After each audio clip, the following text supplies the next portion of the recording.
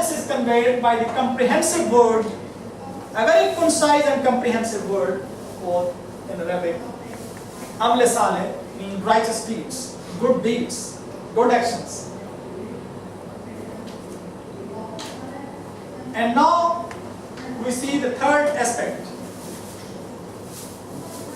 the Tawasi bil Haq. Tawasi bil Haq. If we divide this word, actually these are two words, half, Tawasi and Al-Haq. Actually Tawasi, Al-Haq is the truth, and Tawasi in Arabic, we have to understand this word, because it's not only I preach you or I convey the message to you, it's not a one-way process. Actually it's a two-way process. This is the beauty of this word, that it's not only I am just telling you, I am teaching you, I am preaching you, I am conveying this good message of the belief to you. No. Then you are also conveying to me. It's a two-way process, mutual. Means then I remind you, you remind me, so that all time reminder. Mutual cooperation. That the good or the, if you see something is good, it does not mean that only I tell you or only I explain to you, you may explain to me. Two-way. And put emphasis to the point of exaggeration. Very firm, very strong. And action of exhortation is required with the greatest fervor and intensity. Active, not passive. And this stage requires the establishment of the collective community or ummah based on the principles of mutual preaching of truth and patience. A person cannot have fulfilled these requirements unless there is a community, there is a society, there is a state who is established on the basis of these postulates. Faith, good deeds, then you convey the message, mutual, exhortation of the truth, and then you face the difficulties, but then there should be a community that is following these kind of way of salvation, a path of salvation, which is based on these four things. Its logical requirement and its rational requirement of if we have to have this,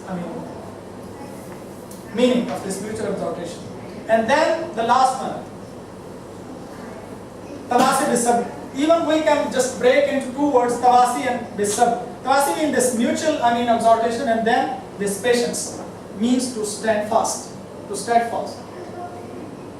Actually, real laws imaginary are based on presumption. This is the truth, this is the reality. And it is acknowledged by reason, by logic, and or is necessary, even ethical. Ethical or moral values even requires that this is the reality, is acknowledged, and it is purposeful, and it is meaningful, and not useless, and not meaningless. So this is the truth, this is the reality. And we confirm and acknowledge and also teach and invite other peoples that everything which is factually true and real is also morally necessary. The real Lord and the master of this universe and the master of the day of judgment, Allah, that you may say God, and that he who deserves that his commands, his orders, his teachings should be promulgated, mean they have to be enforced. His laws should be enforced in this world, because we have to establish the system that Allah has given to us for the success in the life hereafter. Then only we can have the salvation. We have to strive towards achieve that goal. We have to put our potentials, our capabilities, our abilities on His way. And what's the meaning actually of this patience, this sabr that the Quran explains, meaning patience? What it means to maintain himself upon the chosen path, the path that you have chosen for yourself. Then you stay firm without allowing any trouble or temptation to deviate from it. Sometimes you might have a faith and you are doing good deeds, but on the way, if you come across some kind of temptations, they might deviate you from your goal. On the way, during the process, there might be some kind of temptations, and then you want to have a shortcut, and then you say, okay, they're using some unfair means, illegal ways. Unfair means you can achieve that goal, and then it will deviate you, and then you will make your way unfair, using hook or by crook. No. Choose the path that is described by God, and you find in the life of His messenger, Prophet Muhammad. Nothing should be influenced to you. No amount of persecution or trial should cause him to desist. Not to desist, but you have to resist. You have to stand there. Of course, you have to be a man of principle. You have to be a man of words. It does not mean, okay, you just say in a comfortable environment, you give lectures, you give speeches, you give talks, but when you go into the reality of life, and then of course you have to face problems, but even then you have to stand there. You have to face the reality. It's very easy to say, but to prove by your action in the real society, it's very difficult. Actually, that is your real test. He must remain steadfast in every situation, in every kind of circumstances, and display firmness, perseverance, bravery, and fortitude. So these are the different shades of the patience. He must not only preserve in following the truth, but must also continue to persuade others to accept this reality and comply with it. Not only in his life transformation or change is not sufficient. Otherwise, it will be a limited concept of that patience, of that righteous deeds, of that good deeds and that faith. No, you have to try your best to establish a society on the basis of these principles. This is the test. And that is why this is the purpose that was given to the Prophet Muhammad in the Quran. Allah says, هُوَ الَّذِي أَرْسَلَ رَسُولَهُ بِالْهُدَى وَالدِّينِ الْحَقِّ لِيُظْهِرَهُ عَلَى الدِّينِ كُلِّهِ وَلَوْ كَرِهَ الْكَافِرُونَ. He who sent, God, sent his Prophet Muhammad with a guidance, the book of guidance, and that is the Quran. وَالدِّينِ الْحَقِّ, and the real, this religion, the deen, the truth, and the reality. For what? لِيُظْهِرَهُ عَلَى الدِّينِ كُلِّهِ, so that he might make dominant this religion to all other false religions. It might annoy those non-believers.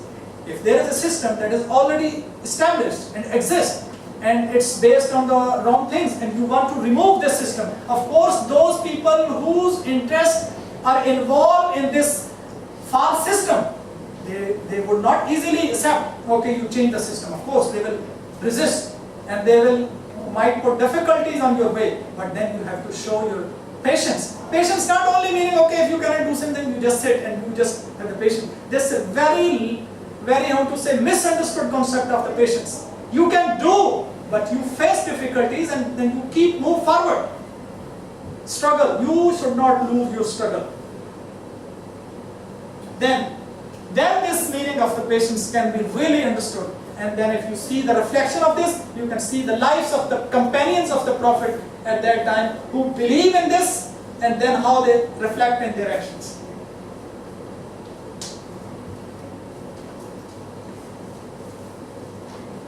And then the exhortation to truth and exhortation to patience are co-essentials. We cannot, this number 3 and number 4, we cannot dissociate from each other that, okay, you just only do number 3 and number 4 is not necessary. No. They, both of them are inseparable parts. Inseparable, indispensable. They are like a part and parcel, like an organic whole. You cannot break up these two words together. No, this together. So these are co-essential, part and parcel of each other. Invitation to truth is usually not welcome, and it has often to face resistance. Of course, when you say you preach something good to the people, it might not be easily welcomed by the people. Okay, but then you have to show the patience, fortitude, and then you keep moving forward by the message that you have to convey. Apprehension and recognition of truth is easy, but adopting it for oneself and inviting others to act upon it, to follow it, to be remaining firm in this struggle is very difficult. This is very easy, that's what I said. That the two shades of levels of Iman that I explained. One is iqrarun bil lisan, utterance of the words from your mouth, from your tongue is very easy. You talk, you're saying something like that. Very easy. But this one is difficult for what? It should reflect in your behavior and actions. That is actually tasdeequm bil qalb. You testify from your heart. And the link between interrelation, means the link between faith, righteous deeds, and mutual exhortation. All these four components of salvation, of your success, they are all together you have to fulfill. The Holy Prophet said, it's a situation. The Holy Prophet said, if anyone among you observes a vice, I mean a bad kind of thing, the wrongdoings, if somebody sees or observes, it is his duty to change it by force, bil yad. Mean if he sees something that is happening, wrong or bad or vice, if he has the power within his domain, within his range that he is responsible for, then he should do what? He should change it by force. And if he is not capable to do that, then what he should do? If he is not able to do so, he should protest against it verbally. Then of course, even verbally you can protest, okay, this is not right, this is wrong. Verbally you can record your protest by saying that it's not true. If he does not even possesses even this much of courage, even he cannot do this, cannot stop it by force, cannot say it verbally, the third and the lowest level stage is there, he should detest it by his heart and soul. Even he should think in his heart that what is happening around in the society is not true. He should have this feeling in his heart, at least, which means that his heart should regard it as a bad, and that he should regret that he could not stop it, and that this is the weakest degree or level of his faith. Some people might apply this saying of the Holy Prophet in a wrong connotation or in a wrong situation. They say, okay, if you say something happening outside and you just go there and you use the force and just stop it. No. Actually, the background of this hadith and the application of this hadith, it requires your domain of your power, range of your power, the area which is within your control or which is the area of your responsibility. You are only responsible to